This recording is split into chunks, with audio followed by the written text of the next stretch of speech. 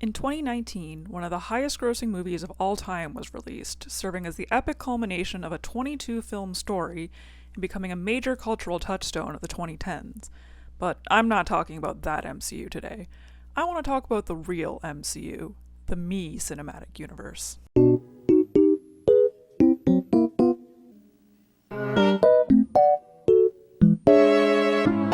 I assume if you clicked on this video, you probably are familiar with the Miis, but I'll give a brief background on them just in case. The Miis are customizable avatars that are used in several Nintendo consoles and games. They were first introduced in 2006 on the Nintendo Wii. If you don't know what the Wii is, then congratulations on waking up from that 15-year coma. The name Mii is a portmanteau of Wii and Me, as in M-E. They would appear in subsequent consoles, the 3DS, Wii U, and Switch. I want to explore the different phases of the Mii cinematic universe and see how the Miis and their lore have evolved over time.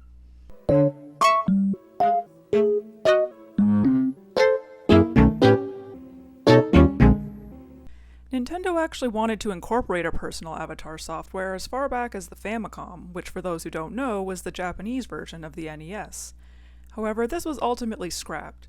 The next time Nintendo approached making an avatar software was with an avatar maker in the game Mario Artist Talent Studio for the 64DD, a Japan-exclusive disk drive peripheral for the Nintendo 64. This was the first true precursor to the Wii's Mii channel. Some of the staff who worked on this part of the game went on to help design the Miis. The Mii channel came pre-installed in every Wii system. This was where Mii avatars could be created and stored. You could choose the gender of your Mii, customize its hair and facial features, and set their name, favorite color, and birthday. It also had one of the most iconic pieces of music ever composed.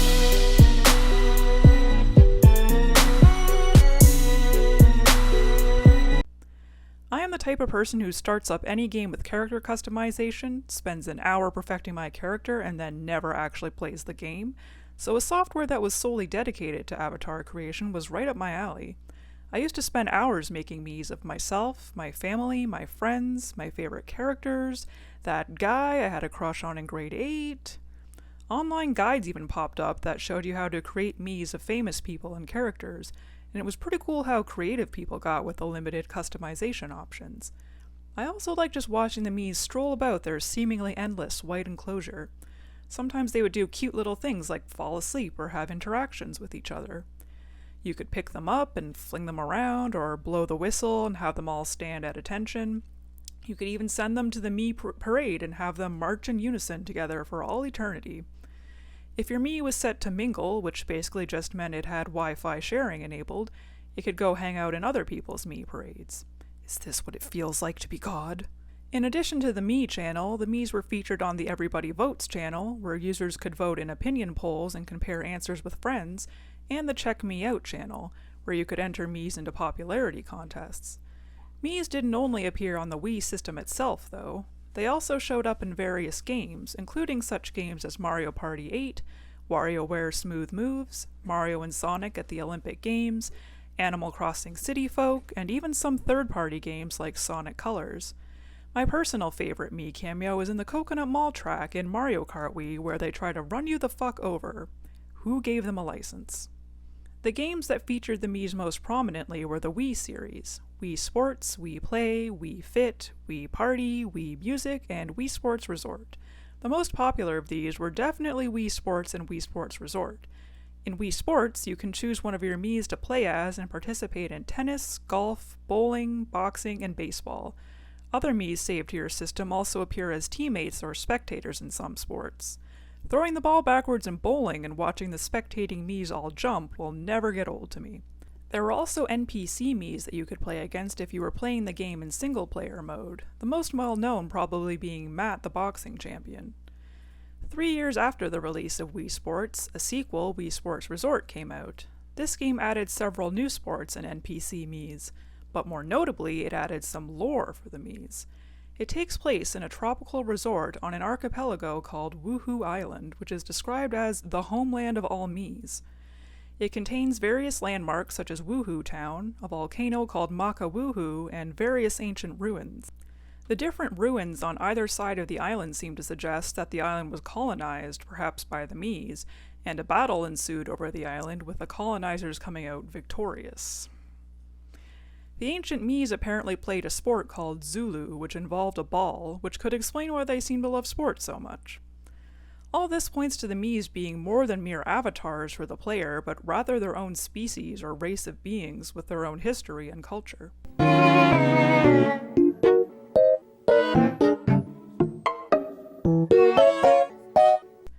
The Miis made their return with the release of the Nintendo 3DS in 2011. Mii Maker was one of the default apps on the console, and it introduced expanded customization options for the Miis, as well as facial recognition using the 3DS camera to automatically generate a Mii. It wasn't terribly accurate, though. While you could have your Miis visit your friends' consoles on the Wii, the 3DS expanded upon the social connectivity aspect of the Miis. Street Pass was a new functionality that allowed 3DS systems to passively communicate with each other when in close proximity. When connecting with another 3DS owner via Street Pass, their Mii would join your Mii Plaza. You could view and interact with all the Miis that were gathered there and even play 2 mini-games with them, Puzzle Swap and Find Mii. Playing these games would earn you accessories for your Mii avatar. As with the Wii, the 3DS had many games in which the Miis made an appearance, including being added to Super Smash Bros. U in the 3DS as a fighter. The most notable Mii-centric game for the 3DS was Tomodachi Life. I'm sure many of you have heard of this game, but what you may not know is that it was actually the sequel to a DS game called Tomodachi Collection that was never released outside of Japan. It was a social simulation game where you could create your Mii, or import it from Mii Maker, assign it a personality, and have it live on an island. You can interact with your Mii yourself and create other Miis for them to interact with. Miis can develop relationships with each other and even get married and have a baby. The game did catch a bit of flack, though, because same-sex relationships between Miis weren't possible, even though this had been a standard feature of similar games like The Sims for a long time. So I guess in addition to being colonizers, the Miis are homophobic. As you play through the game, you unlock new facilities on your island that expand your customization options and give you more activities to do. The game had a very offbeat sense of humor, which led to a plethora of memes. Perhaps the most oft-memed part of the game was the song feature. When you unlock the concert hall building, you can have your Miis perform songs either solo or in a group. You could choose the genre of the song, and the lyrics were fully customizable, which I'm sure Nintendo regretted doing. I would love to be able to show you guys my old Tomodachi Life save file and see if I had any funny songs on there, but unfortunately I'm the type of person who restarts a game 800 times, and I no longer have that save file. So instead I'll just show you this TikTok I found of someone else sharing a song they made back in the day. I set myself over the carpet. You're under arrest. Pulled out all your fans, stinking up the damn place. I'm getting a surgery.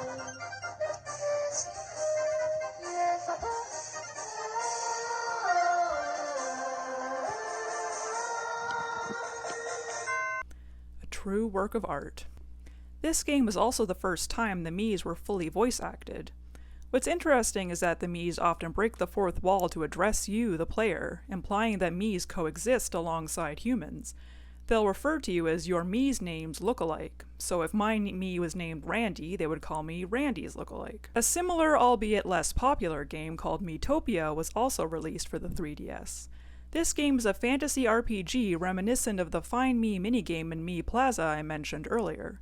The story centers around a group of heroes battling a dark lord who is stealing the faces of the Miis in Miitopia and using them to create monstrous creatures. The game features typical RPG elements such as classes and a turn-based battle system.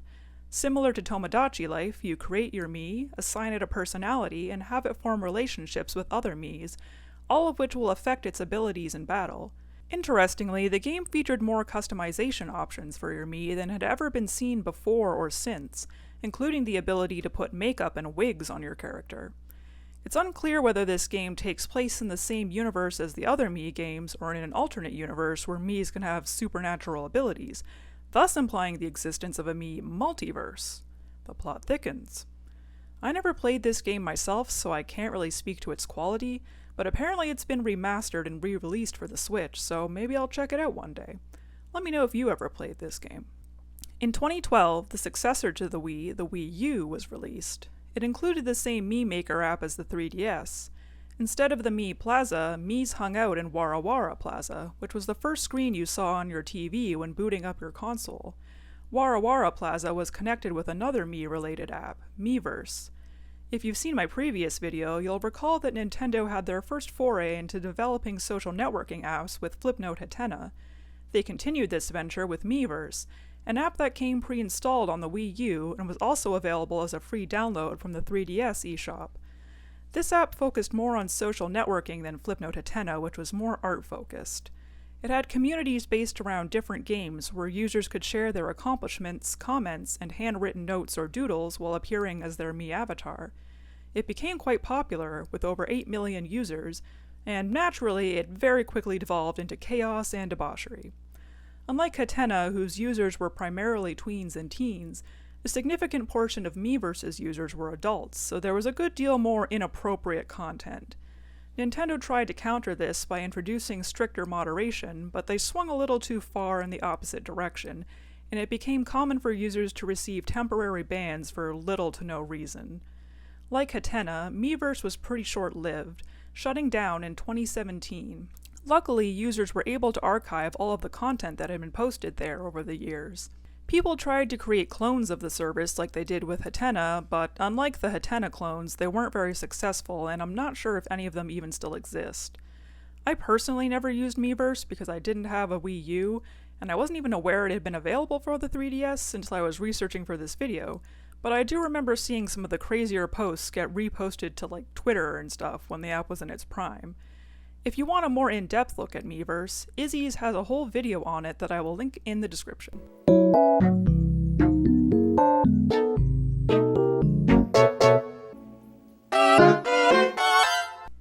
You may think that the Miis were confined to the various Nintendo game consoles, but you would be wrong.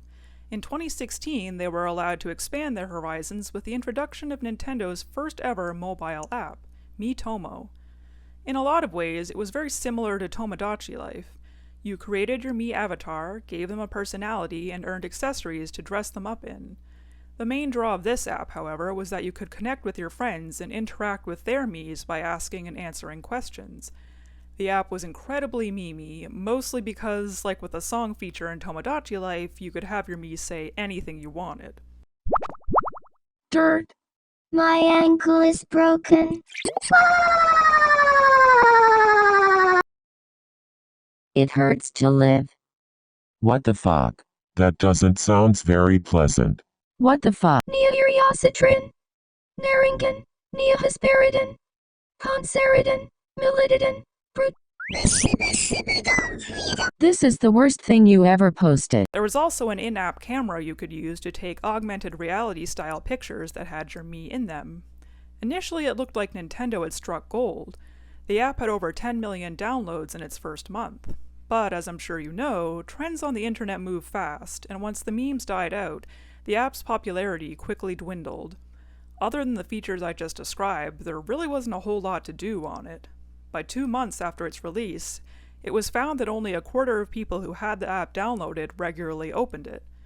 Instead of, expanding the app's functionality, Nintendo decided to, you guessed it, discontinue it in 2018. I actually kind of missed this one. I admittedly stopped using it after a couple of weeks, like most people did, but it was really fun when almost everyone I knew, both IRL and online, was using it. It was cool how they brought the Miis to a wider audience of people who may not own any Nintendo products. To their credit, after Miitomo shut down, Nintendo did make a browser-based Mii creator called Mii Studio that you only need a Nintendo account to use, so people can still make Miis even if they can't afford or don't want the latest Nintendo console.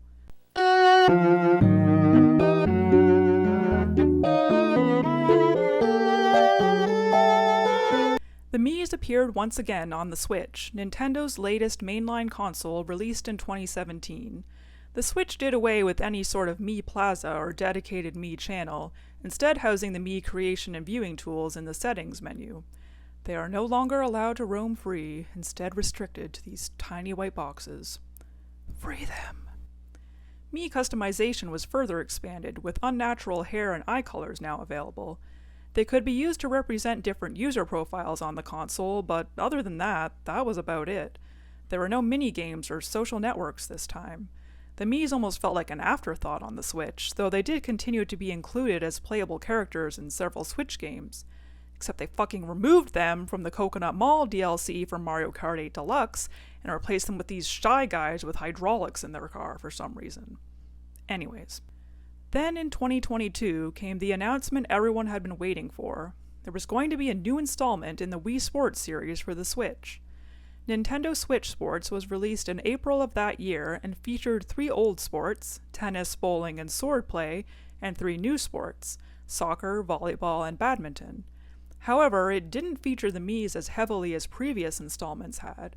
Although it was possible to play as them, the game introduced new avatars called Sportsmates, which have more detailed hair and faces, as well as arms and legs. These were quite a stylistic departure from the minimalist design of the Miis, and were mocked by some. Personally, they remind me of Xbox 360 avatars. Many people were hoping to see the return of Woohoo Island in Switch Sports, but they did not get their wish. The game instead takes place in a multi-sport facility called Spocko Square. Spocko Square appears to be located near a large city, but it's unclear whether this is part of the Mii universe or perhaps the homeland of the Sportsmates. I haven't picked up this game yet as it received pretty middling reviews. I think due in part to the relative absence of the Miis, the game lacked the nostalgic appeal many people were hoping for. If you have played this game, let me know what you thought of it.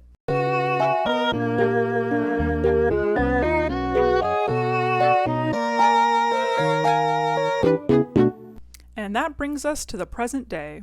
It's clear the Miis have become pretty iconic over the years, becoming almost as emblematic of the Nintendo brand as characters like Mario or Link. For that reason, it's a bit sad to see them start to take a back seat in recent times. I'm curious to see what the future holds for the Miis, whether they'll continue on or be replaced by some new avatar like the Sportsmates. Hopefully this isn't the end of the MCU, but either way, these crazy little guys will forever have a special place in my heart. Thank you so much for watching and exploring the Mii cinematic universe with me. If you enjoyed this video, liking and subscribing would be very much appreciated. I'll catch y'all in the next one.